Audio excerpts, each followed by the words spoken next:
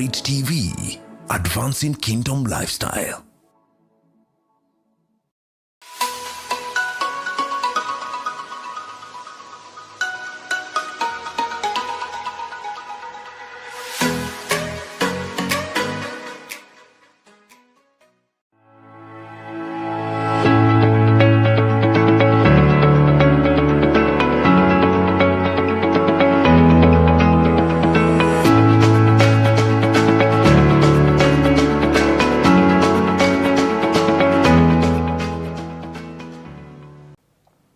Welcome to the Morning Digest show. This is a show where we discuss matters leadership, and I am delighted to have you join us from wherever you're watching us from. We want to encourage you to share our pages on your social medias, Facebook, YouTube, and we'll be delighted to have your friends and family join us even as we get into this conversation.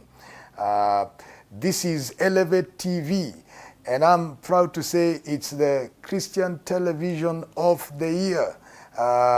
We won that award in the recent award ceremony by Tukuza, and so happy to see the milestone that Elevate has had to make this year. So, karibu sana. Today we want to discuss insights on leadership in business, how to grow business from a kingdom perspective. And I am honored to have my good friend, Daniel Kamau. He is the CEO of Fusion Capital, and glad to have him join with us today, even as we engage in this particular conversation. Karibu, Daniel. Thank you, Reverend Albert. Yeah, it's lovely to have you. It's great to be here finally. I've always wanted to have you here. Yes, and finally, I'm happy we could make it happen. The day is here finally, and I'm very happy to be here. Probably I was waiting for you to win the award. The TV Station of the Year, Christian TV Station of the Year. Congratulations for that. Oh, yes. And it's exciting to be here. Thank you, thank Asante. you. Awesome. So, there are guys who don't know Dan. Yes. And they would love to know who is Daniel. Maybe I didn't do good justice to you. The intro. So could you tell us about yourself? Thank you, Reverend Albert. So my name is Daniel Kamau. I'm the CEO, or I love to say I'm the team leader at Fusion Group or Fusion Capital. Fusion Capital is a private equity fund that's mainly focused on real estate development. We operate in Kenya, Uganda and Rwanda. We've been around for about 18 years now, since 2006. So we raise capital mainly from the UK and deploy it in the East African region. And some of the entities that you would know is Fusion Capital, which is the money out function of our business. Then there's Fusion Investment, that's a money in function of our business. And recently we set up a business that's called Fusion Estates, that's involved in acquisition of large chunks of land, subdividing or master planning, and selling to local and international investors. And that's basically purely focused on land, because we believe in Kenya, home ownership is a journey that starts with acquiring a piece of land. Yes. And then you develop over time as cash allows. So that's what we do. I've only worked for Fusion for the last 18 years. So I'm part and parcel of the business, and I've seen it grow from a 3-man team to what it is today, from managing a small fund to what it's doing now in East Africa. And so I've learned a thing or two about growing a business, and hopefully then we can have that conversation this morning. Awesome, awesome. Daniel happens to also serve with me in GPT Hebron City in my board, and I am honored to have the privilege of working together with you. Thank you, sir. Yeah, so as we get into this particular conversation, maybe we can begin by talking about you know, your idea of business and faith? Do they mix? Yes, they Can you do business? Because it's always been very difficult yes. to, you know, for many people to imagine, you know, keeping your Christian values, virtues, principles in an environment that is business, especially in this part of the world, where we imagine that it's very difficult. And so it's a breath of fresh air to find that you have people at the leadership level who are born-again believers. How is it? Well, I'd want to say, I wish I can say it's easy. So it's certainly not easy. And having been in operations well, over the last 18 years, I think doing business is generally tough. Because I think every day you're called to, you know, stand up for what you believe, or compromise to, you know, to get things moving smoothly and quickly. And so you really have to be prepared to pay the price when it comes to, you know, managing a business in this region. Because in our region, not everything is straightforward. You either have to know someone or you have to pay something. And so for you to survive, you have to be as, you know, as wise as a serpent and as harmless as a dove. And that's a nut that comes with time. So you can't go aggressively just in the street saying, oh, we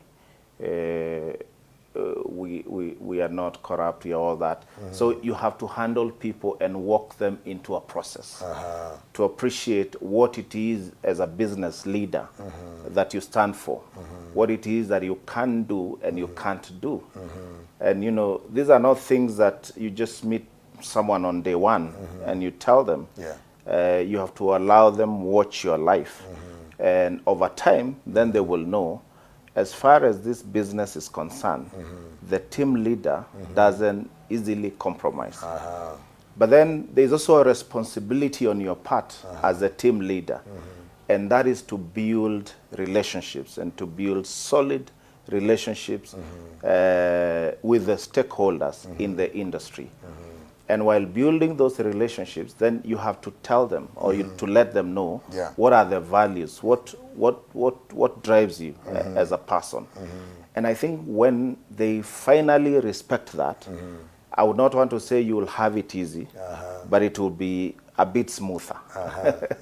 And so it's a difficult place to be, playing in this market. But I think if you're clear on your values and you communicate them over time, you build solid relationships. Because I think that's one of the things as Christians we don't do very well. When we go out there and it becomes very difficult, we coil and, you know, go back to our cocoons.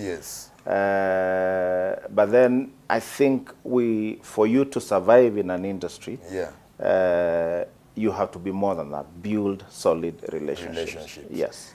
Wow. Do we have many of, you know, a kindred spirit in that space in leadership in the business world? Yes. Sorry, do we have what? Many of kindred spirits, same, born again. Yes, yes. So if you look for them, you will find them. And they are very, very successful people. And they've been doing this longer than some of us have been. And I think very early on, especially when I took leadership at Fusion, I started looking out for those. I started identifying them, especially in the industry you play, which is that architectural firm who operates and have shared values with you, which is that accounting firm, which is that law firm. And on identifying them, then it becomes also easier, because then they are known. That architectural firm is known for certain values. So if you're going to contract them to do your drawings, then you're certain that they will be able to achieve approvals without having to bribe, for example, which is, you know, a requirement in this industry. Which is that surveying firm that, you know, one understands your value. So they will never, so a lot of our service providers will never come asking me, this is our fee, but we want you to also bribe. Because they know that's a no-go zone in as far as we are concerned. And so they will go and you know, handle the processes knowing whom they are representing. So you then have to identify them, you have to pick and choose, and then together you know, you form a team that delivers what you want the way you want it delivered. So I would say they are there, and there are many. There are many. So it's not what we believe that there are very few. Yeah, because there is a perception that... No, they are there. They are associations. You'll find them in associations. You'll find them in churches. You'll find them in, you know, professional forums. But you have to pick and choose. All right. Yeah. To our subject. Yes. What does it mean then to talk about business growth from a kingdom perspective? I think business growth from a kingdom perspective.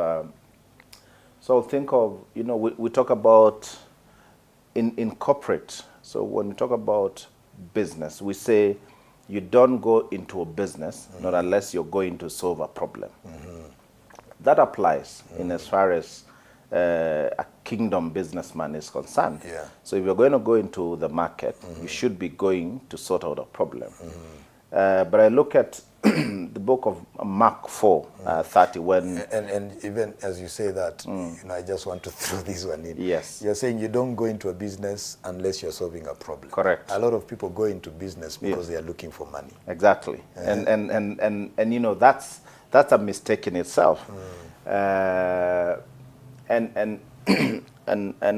when you read Mark 4:30, when Jesus is giving the parable of the mustard seed, and well, I think he's talking about the kingdom. Yes. And he says this seed that starts as a very small seed and then grows to become very big. Yes. And the birds of the air come and find a shelter. Yes. From a kingdom perspective, I think, and you know, if you think about Christianity, that's an institution that was founded by Jesus, and he grew it to what it is today. Yes. Well, started off as a, you know, a 13-member team, Jesus plus his 12 disciples, and then forms that team, becomes very solid, and you'll see leadership structure in it. Yes. In fact, you'll see the most favorite, the guys who will come along with him. So he's technically building an organization, or he's building something. Yes. And that's in our boardroom, for example, when you come, you'll find that mustard seed. It's only one picture in our office, in the boardroom. It's the mustard seed. And the way I see, or we see business, is you should build something where birds of the air, which is, you know, that boy who graduated, that girl who left university, will come and find an institution where they can find shelter, where they can grow, where they can buy their first car, where they can take their first flight. If you think about Christianity, as I was saying, Jesus creates this organization. I think today, when you look at statistics, I think Christianity globally, we are about 2.38 billion Christians. It doesn't matter. It just whether you're born again or otherwise, but we're 2.38 billion. That means Jesus was able to set up an organization and grew it to such magnitude that it had global followership. People born from different places, different races, have been able over time to believe in what he started and follow it. And I think as kingdom businessmen, that should really be our dream. That really should be our dream, where you start a small institution and grow it over time, not necessarily to make money. One, to go out and sort out a problem. Which industry are you addressing? What problem are you solving? But more than that, growth. I think growth is very important, because the bigger you are, the more impact you have. And I think so, you know, we should be thinking in terms of the mustard seed, where you grow something, it becomes big, and it solves problems, but it also becomes a place where people from different races, different places can come and find shelter and thrive. So it's not necessarily about you. And I think when you focus on yourself, you lose it. In my early days, we were looking at, we did private equity. Yes. And when you're doing private equity, there are things we used to look out for when we visited a business.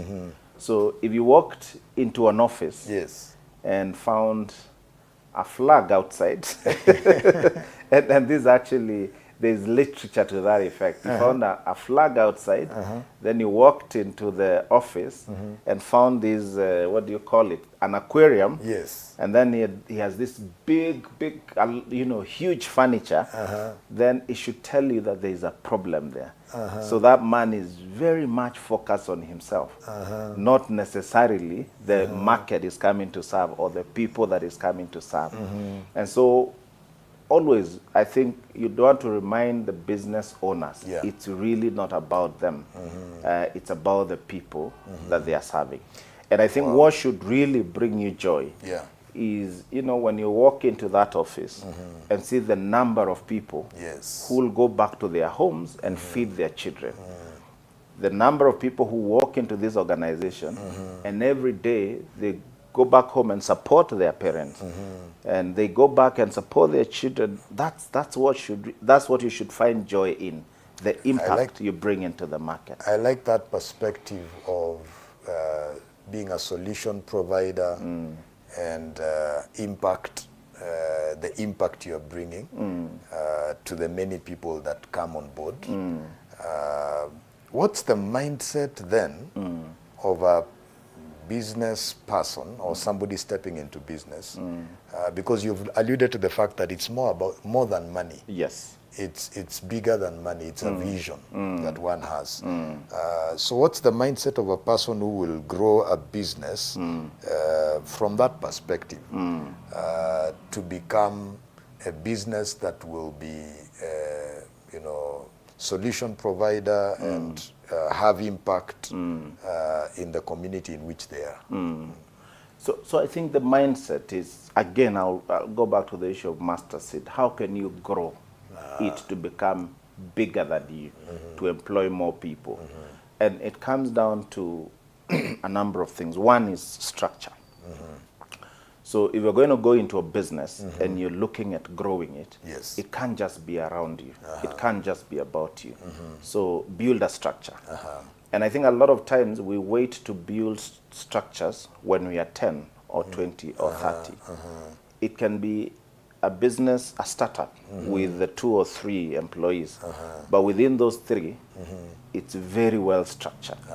It's very clear who the chairman is. It's very clear what the board looks like.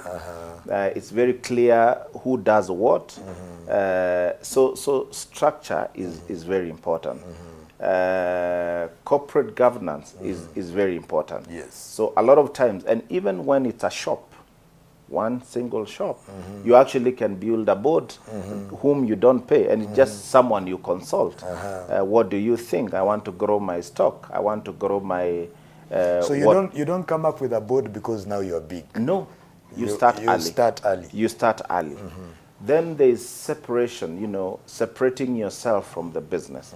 You have to see yourself as an employee. You have to decide, what is my salary in as far as this business is concerned.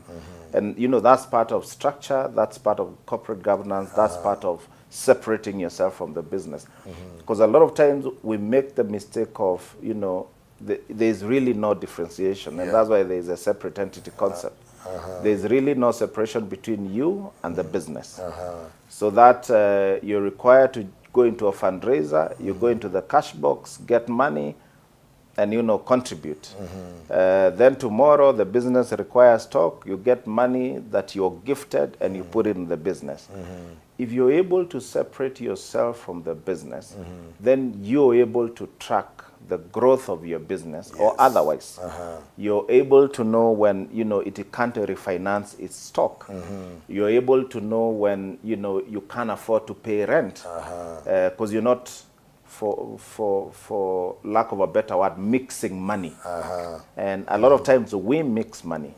You even need to pay yourself a salary. And it doesn't have to be 30,000. It can be 10,000. It can be 100,000. The beauty of paying yourself a salary is that as the business grows, you can grow your income. But also, the business doesn't suffer because you're just, pulling out cash from the business. So the ability to separate yourself, treating the two as, two separate entities, I think is very, very, very important. Wow. Are you a problem solver, or are you in business to make money or to solve problems? Are you growing a business that is bigger than you or about you? Some of the conversations we are having about growing a business from a kingdom perspective. I want to welcome your thoughts, your feedback, your comments, your questions. We would be happy to, look at them during this show, even as we continue with this conversation. So my, appeal is be part of the conversation. We want you to join in the conversation, share your insights and your thoughts, even as we continue engaging in this conversation. So you're saying structure. Yes. As a key element. Yes.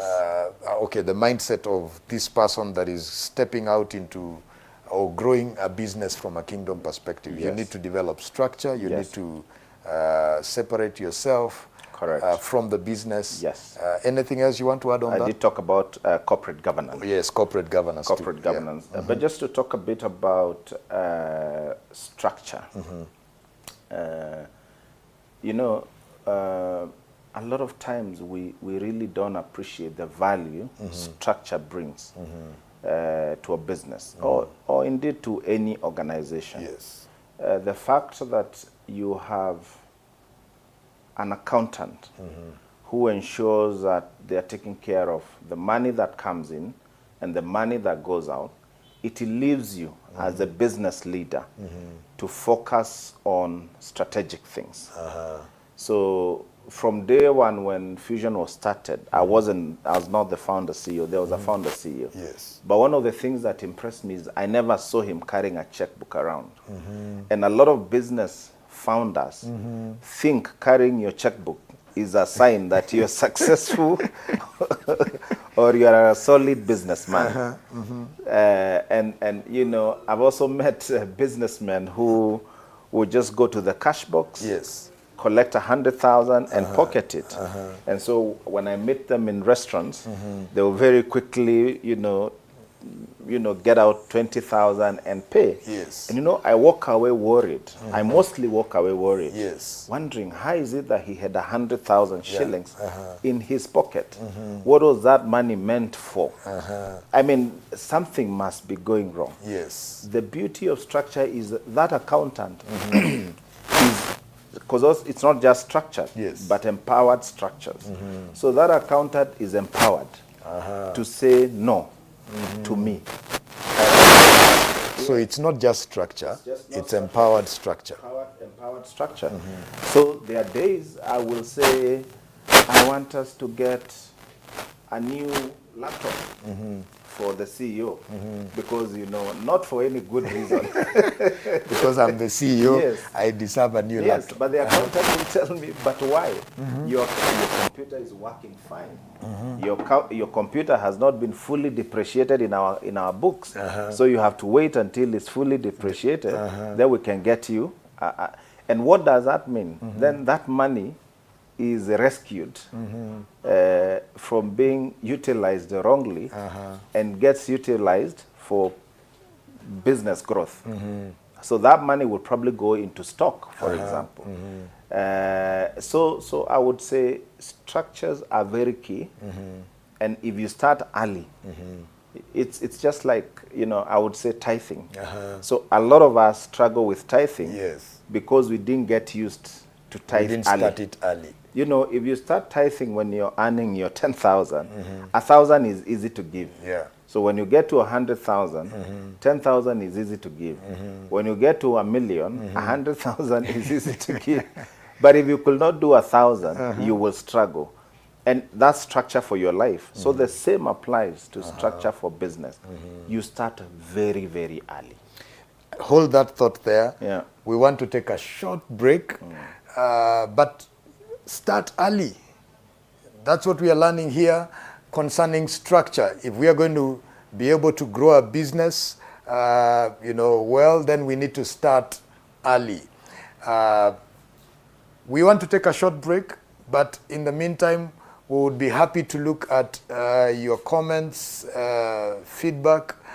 So feel free to share with us the insights you're getting and the insights you have about how to grow business from a kingdom perspective. It's a 2 minutes break.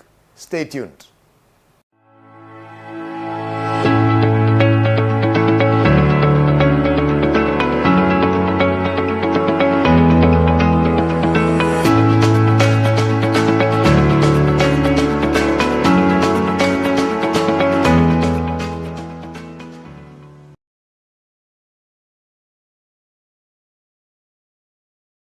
Life Church International is training Christ-like workers for Christ-like Church through Gospel Light College and Nation-to-Nation Christian University from Dallas, Texas.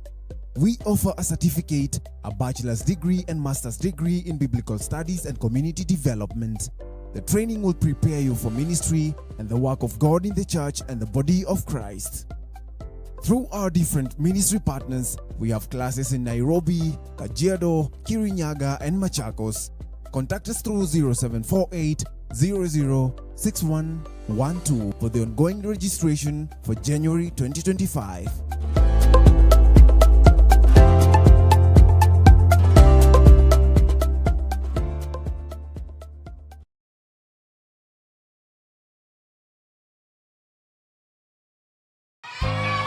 Looking for a school that provides a solid foundation for your little one?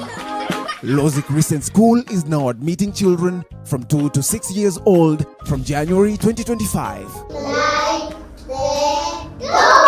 At Lozi Christian School, we understand that every child is unique.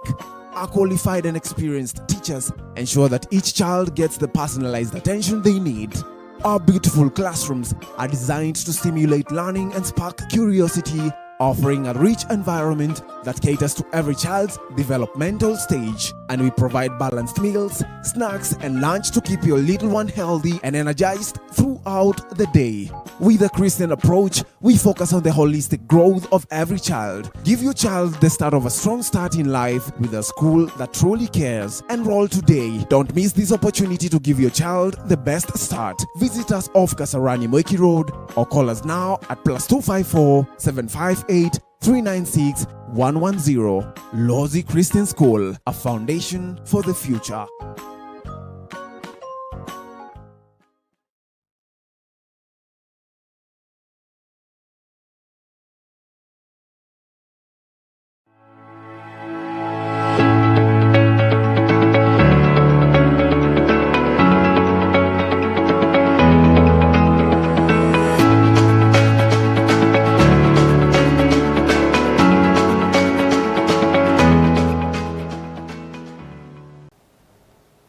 Welcome back to the Morning Digest show.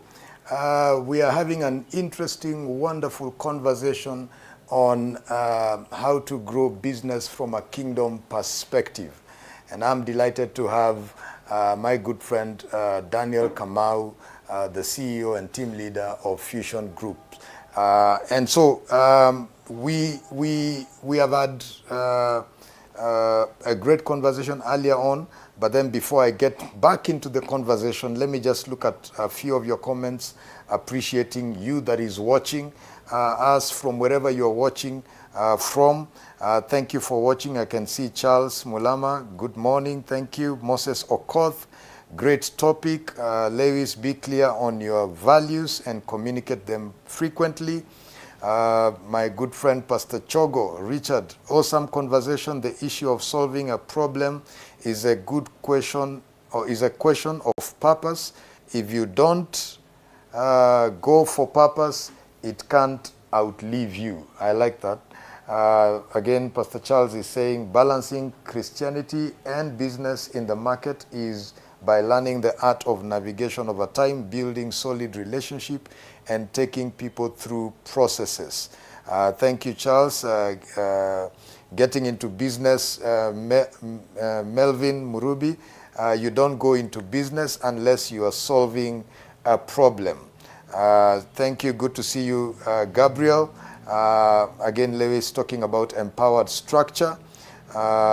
Moses saying awesome lessons. Clara talking about, Clara Muyera is saying you are not a one-man show. Have a dedicated team that will help you build a business.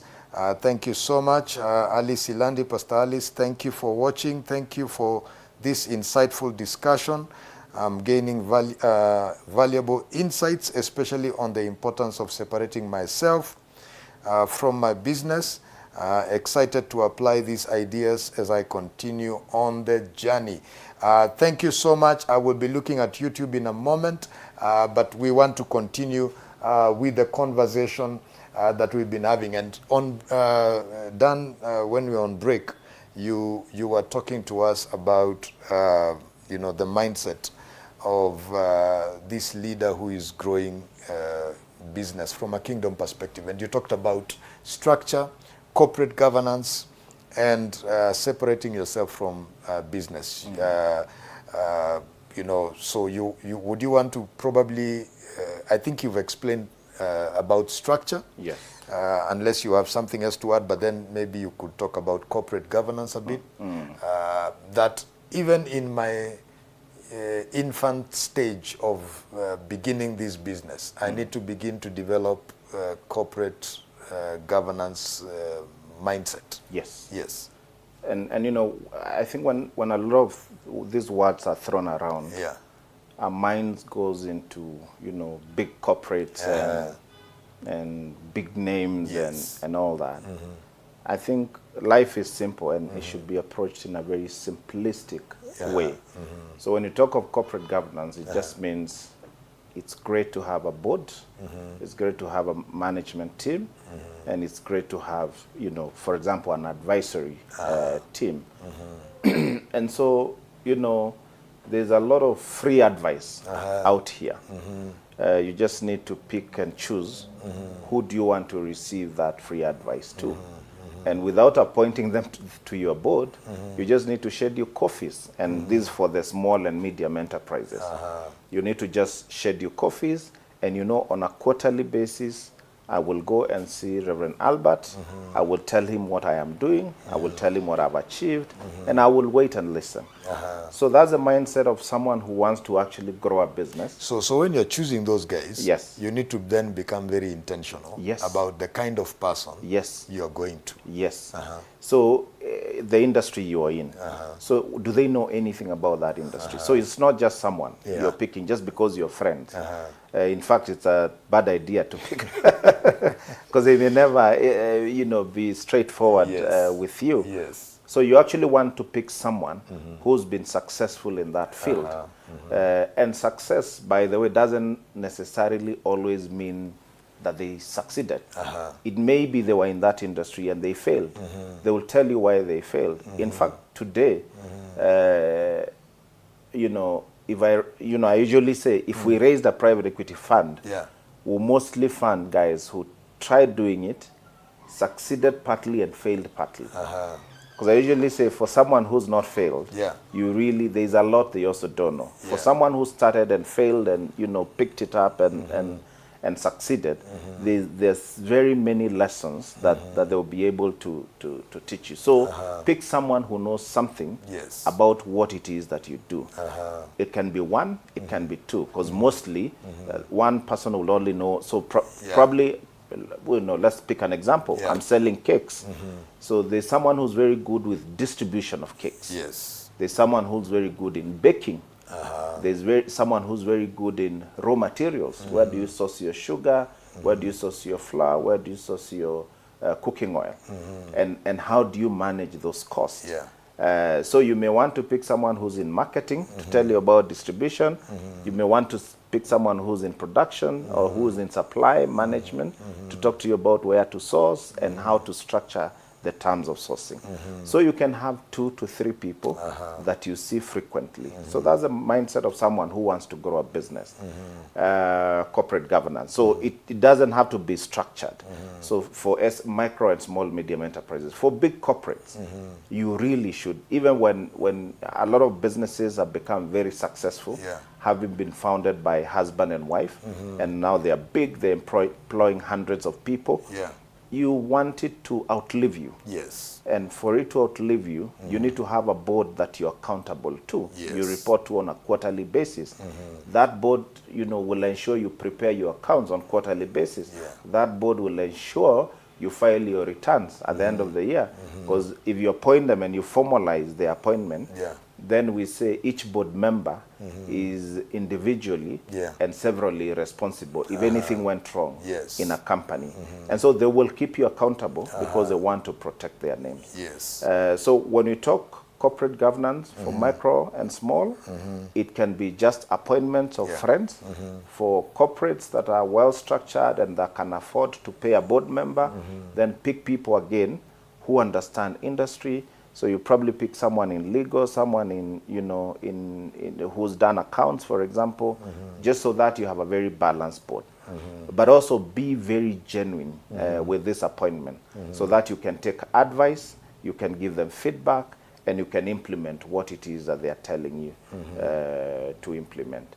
And I think then that ensures that you have an organization. Because then tomorrow you'll probably be dealing with transition. Things do happen. Or you can be run over by a bus. So what happens the following day? It happens that where there is a structure and a board, that board will give direction. And because it's a team, most of the times they will make us, especially if they were properly appointed, they will make a sensible decision. And I think that issue of structure and corporate governance, where you're bringing in the aspect of board, management team. Yes. That also works for even a church organization. Yes, yes. It does work for church organizations. And I think you sit in these boards and you realize people are gifted very differently. And they bring a lot of value. And, they point you to your, areas that you'll otherwise not see. They point those things and you're able to pick up and fix. But also, they handle problems that you'll not be able to handle. So let me, can you say a word to a pastor who generally they are afraid of bringing somebody who is not a pastor into leadership, and so a lot of pastors, because of that, tend to work alone. And over time they suffer burnout. Over time they become their own advisors, and over time if anything happens, there is no one to cover your back. Normally, if anything happens, then the board can step forward and protect you, either allow you to sit and relax and then pick up. So, especially for a church organization, I don't think any church should be allowed to operate by the founding bishop or the government without a board. Whether you call it an executive board or an advisory board or elders, whatever name or shape they take, there needs to be a group of men and women who you go to and say, this is what I'm thinking, what do you think? And really the thing is they carry a lot of weight for you. They carry a lot of weight for you. For example, with Fusion, it doesn't matter how small a company is. Each company has a board. So every quarter, I have to be running up and down, reporting to this one and the other one. So reporting to all these boards. Yes. And that keeps you on check. Okay. Yeah. All right. Now, there is this concept that has been talked about in many spaces about multiple streams of revenue. You know, is it advisable to build multiple streams of revenue at the same time? Or what should one do? How do you apply yourself to that concept? Well, I think it's a concept, I think we saw it from the villages. Yes. Where there will be a butchery, a hotel, and something else. Or you set up a shop, there's a grocery, and all that. So I think it's good because, you know, businesses are exposed to different risks at different times. So when you have different investments, there's a chance that, you know, if one business is hit by, for example, COVID-19, the other business will survive. Yes. But I think you want to ensure that no one business is cannibalizing the other. There is one business can make use of another business. So, for example, one business could be heavily profitable, and the other business is more of a social impact business and makes losses. And when you consolidate, you take advantage of the losses. So there's that world. But most of the times, you want to start them procedurally. So you start a business, you do what you said. So you build structure, you build in corporate governance, and that business becomes stable. And if you're a good entrepreneur, entrepreneurs are such that they get bored very quickly. So if it's set on a growth path, nothing really stops you from picking another opportunity and growing it. So, for example, you've seen it in the banking sector. So a lot of banks were just doing banking. But over time, they started doing fund management. Over time, they started doing insurance. Over time, they started doing, you know, transaction advisory. I've even seen one that does recruitment. I think Cooperative Bank does recruitment. So it's one business, but because of the strength of that business, then you can introduce other businesses on the side. And we have, that is a good mindset. And even with, for example, organizations such as churches. Church is not a business, but it's an organization. But what does it bring? It brings together men and women who have these many children who need to go to school. So that's an opportunity. And, you know, if I've entrusted a pastor with my family, I surely can entrust them with the education of my children. So there's already trust. So that's a business line that can be established and one that can easily grow. And again, you've seen churches that have set up institutions that have become very solid, be it schools, be it universities. You know, a TV station like this, again, can become a business that's, you know, heavily watched and can grow and have a life of its own. But I think what you want to ensure is that no one business is becoming, is eating into another business. So ensure they are all solid, they all have structures. And so the beauty of structures, because then you can be able to structure it, you let it run, you structure another one. Because some people are naturally founders and entrepreneurs by nature. So they will be sleeping and dreaming about something. But you, of course, have to keep catching yourself so that it's not everything you find, you just introduce into the market. You know, there is that old adage that says, you know, a jack of all trades is a master at none. Is there space for specialization in running a business? Yes, specialization and focus. And I think people who've done, you know, in Japan you have this, the best sushi restaurant is in Japan. And it's not even as big. But if anybody wants to have the best sushi, they will go there. Yes. And you know, that's you want a bit of that. You pick on a trade, you pick on a specialty, and do it so well that you'll go to, is it Psalm 2:8, uttermost part of the world. Yes. That's my favorite scripture. Ask of me. And I'll give you the nations. Yes, I'll give you the nations for your inheritance, the uttermost part of the world for your possession. Yes. And with focus, you're able to achieve that. You're able to achieve nations. Yes. You're able to achieve uttermost part of the world. Because then you become that person who does it so well that you can survive in any market. So there's a place for specialization. What is it that you're known for? On Sunday in church, I was seated with some friends, and they told me about this particular lady who does samosas only in some place, and all she does is samosas. And she told me, they were telling me, they are queues every Sunday. And one of the men was lamenting that they will have to go and queue there because the children want those. So it's possible that you do one thing, and you do it, you specialize in it so much. So even with the product improvement, you'll be able to get feedback from the market and improve that product, and you become so good that nobody thinks about anybody else, for example, when it comes to cakes, other than so and so. And now that you've raised the scripture in Psalms 2 that talks about ask of me and I'll give you the nations, and so now, as your inheritance, the question of building a global brand,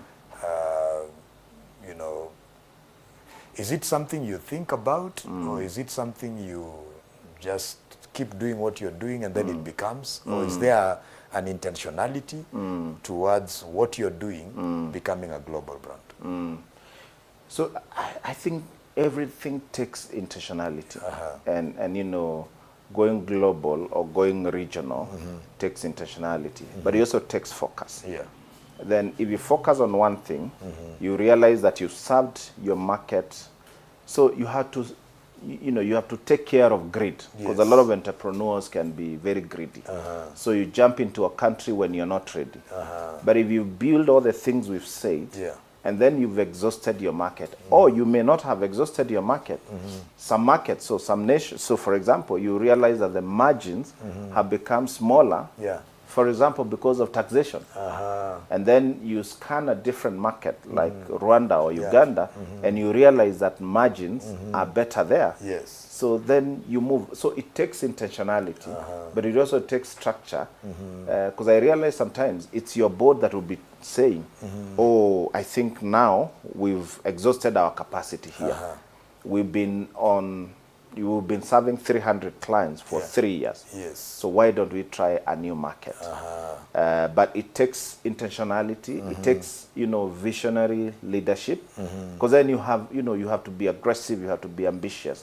When we talk about business, or rather, when I talk about business mostly, I like thinking about the 3 M's. The 3 M's of doing business. The first one is management. So when we talk about management, is how good a team do you have? And when you talk about a team, never think 100. Just think it could be 2 or 3. That's a team. How good is the management team that you have? Can that management serve this nation and serve another nation? Then you think about the second M is money. Is there money to be made? Because then a lot of people go for return on, we are supposed to go for a return on investment. A lot of people go for a return on ego. Return on ego, you just want your competitor to know that you operate in Kenya and in Uganda. But it could be you would have just served this market and be fine. So you can't be going for a return on ego. It should be return on investment. And that's the second M, which is money. Yes. So the market you're serving, is there money? So if you're going to go into Uganda or Rwanda, is there money to be made? And when you're talking about money there, you're talking about, are the margins better? Is the operations easier? Is those kind of things. And so management, market, money. So the second thing is a market. The third M is a market. So is there a market to be served? How different is that market? How big is that market? So for example, I mean, picking an example of Kenya and Uganda and Rwanda, here you're talking of a 50 million population. Yes. 4 million Nairobi city. Yes. So if you go to Rwanda, you're talking of 11 million people. The CBD is just about 800,000 people. So if you're comparing, have you really looked at the at the market? Yes. Is there a market? In fact, money should be the last thing. Yeah. So management, I have a team, we can do this. Yes. Is there a market? So then if there is a market, then it means there is probably money to be made in that market. So and I think always when one is thinking about growth and expansion and all that, is there money to be made? Is there a market for me? What problem am I going to solve? All right. Our time is fast going. Okay. And I really need us to talk about something here that I think is, we shouldn't finish this show without talking. Talk to us about debt management. Yeah, debt management. It's an interesting topic. Should you borrow? Yeah. When do you borrow? Yes. Is it the wise thing to do? Yes. And how do you handle issues? So debt management is a wide topic, and I think we can't finish it today. Yeah. But I like picking it from 2 Kings 4. There is Elisha meeting the widow whose husband was, you call it what of prophets. He was one of the prophets. Yes. Or a man who really loved God. Yes. But he dies, and the creditors... He was a son of the prophets, yeah. Yes. The creditors came to pick the sons, yes, to make them slaves. And that's how bad, poor debt management, that's why it can drive you. So by the time they are picking... You know, that story is very bad because it means you can be so anointed and die in debt. Yes, yes. But also it may tell us something about poor debt management. Because by the time they are coming for the sons to make them slaves, yes, they probably had very little remaining. And that should tell us something about debt management at a personal level or as a corporate. Yes. So there's a place for debt. And very few businesses can grow without taking a loan. Yeah. But it has to be very well managed. It has to be properly managed. You don't take out debt to do, to buy just things that will make you happy. So long as business is well structured, you have cash flow to support the debt that you're taking. And I think never take out a debt without a proper repayment plan. That's part of integrity in running a business. Otherwise, what Never happens, take a debt without a proper repayment plan. Never. Never. And it can be that the repayment plan is a gift you're expecting. You're not banking on something that is not there. It's guaranteed cash flow. Always take a debt based on guaranteed cash flow. Yes. At least the upside could be that you're expecting that the new business will generate huge revenues that will pay. You have to assume that the new business may not work. So your current business should be able to support the loan you're taking. So it's not the math in my head. 1 + 1 = 2. No. So if I do this, I'll get this, and then I can pay. No. It has to be guaranteed cash flow. And that's why we say in business, cash flow is king. I keep saying to my team, you have to be on top of cash flow. Because then if you're on top of cash flow, you'll never embarrass the leadership of a company. Because you'll never take obligations that you cannot service. Yeah. I think that's a powerful principle there. And something else I would want you to touch on that is critical is about ethics in business. Yes. Well, I think ethics and integrity is again, I will is a whole topic on its own. But you know, in business, I think for you to be ethical and for you to work with integrity, it has to come from being contented. You know, when the Bible talks about godliness and contentment is great gain. So you don't want things that you have not earned. Yeah. You don't want things that you've not, that you've not worked for. You want that which you have worked for, that which you can explain, the source. And so with that, with contentment, Yes. then you can be able to say several no's where you need to say no. But on a daily basis in business, there are opportunities to compromise on your integrity. There are opportunities to be unethical. And sometimes it becomes very costly when you choose to walk on the straight and narrow path. But that's a price you have to pay if you claim to be a kingdom man or a kingdom woman. You must be willing to pay the price Yes. that comes with standing on integrity. Yes. And good ethics. Correct. Now, I would want you to give us your parting shot in a moment. But I want to really appreciate each one of you who has been, part of this show and watching. Let me just look at one or two statements from those I haven't been able to look at their statements. Hezron and Zioka, the 3 M's, management, market, money, insightful. Of course, Gabriela said structure from the start. Momo Shah is saying very insightful, learning valuable ideas and wisdom here.